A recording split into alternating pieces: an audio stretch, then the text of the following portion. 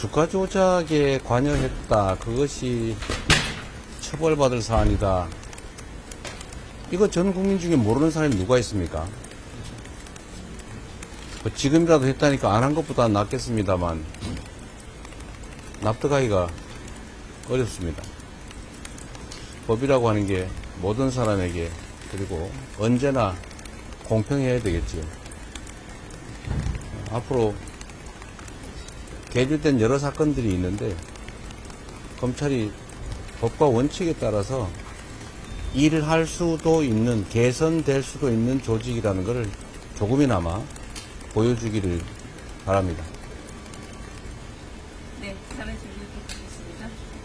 한국경제신문 윤영주 기자입니다. 양국관리법 관련해서 반대하는 목소리나 논리가 많은데 어떻게 설득하실 건지 궁금합니다. 최근에 일본에서 쌀값 폭등으로 일본 농업 문제뿐만이 아니라 일본의 여러 영역에서 경제 문제, 민생 문제에서 난리가 난 것 같습니다. 일시적으로 과잉 생산이 돼서 가격이 폭락할 수도 있고 일시적으로 공급 부족으로 쌀값이 폭등할 수도 있는데 쌀은 우리 국민들의 주식이기 때문에 식량 안보 차원에서 쌀값이 안정적으로 유지되고 쌀 생산 기반이 안정적으로 유지될 수 있도록 하는 게 정부가 해야 될 일입니다. 그냥 시장에 맡겨놓고 쌀값이 지나치게 변동하거나 또는 쌀 생산 기반이 허물어지지 않게 필요한 조치를 해야 되는데 그 중에 하나가 일정한 경우에 정부가 쌀을 수매하는, 지금도 하고 있습니다만 그 수매를 의무적으로 하는 그런 제도는 꼭 필요하다고 생각합니다. 이런 제도를 도입해 놓으면 정부가 예산을 아끼기 위해서라도 대체작물 지원 제도라든지 쌀 수급 조절을 위한 노력들을 지금보다는 좀 더 많이 하게 될 것이고 그렇게 되면 적은 비용으로 쌀 수급 관리, 쌀 가격 안정을 이뤄낼 수가 있을 겁니다. 네. 일리안 부천기자입니다. 후보님 지금 최근에 정책의 싱크탱크인 환경과 통합이 내분이 좀 있는 것으로 보도가 되고 있는데요. 북한이 관련해서 전달 받으시는 바가 있는지. 제 싱크탱크라고 주장하는 데가 하도 많아가지고 잘 모르겠습니다.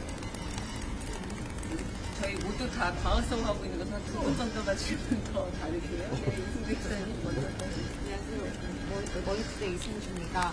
오늘 수도권 공약도 발표를 하셨는데요. 그중 내용이 여의도 글로벌 금융허브 말씀을 하셨습니다. 과거 민주당이 국회 부지를 포함한 여의도를 글로벌 금융수도로 개발하겠다는 방안 밝혔었는데 혹시 이 부분 구체적으로 검토하신 부분이 있는지 궁금합니다. 국회 부지 문제는 그렇게 쉽게 말할 수 있는 건 아닌 것 같습니다. 국회 부지는 세종의 세종의사당을 만들긴 하지만 국회가 완전히 이전하는 문제는 수도 이전하고 관련이 있어서 좀 더 세밀한 논의, 국민적인 논의가 필요하지 않을까 생각됩니다. 네, 그럼 제가 여담일수 네. 듣고 마지막에 김영 기자 한 번 더 듣고 이렇게 정리할게요. 부분 그 간담회 때도 말씀 주셨지만 이제 농수산물 유통 문제도 문제가 있을 수도 있고 실제 일본 쌀값 등도 유통 문제와 관련이 있다라는 보도가 나오고 있는데 그러면 농수산물의 유통 문제에 대해서도 어떻게 개혁 방안을 제시하실 건지 여쭤보고 싶습니다.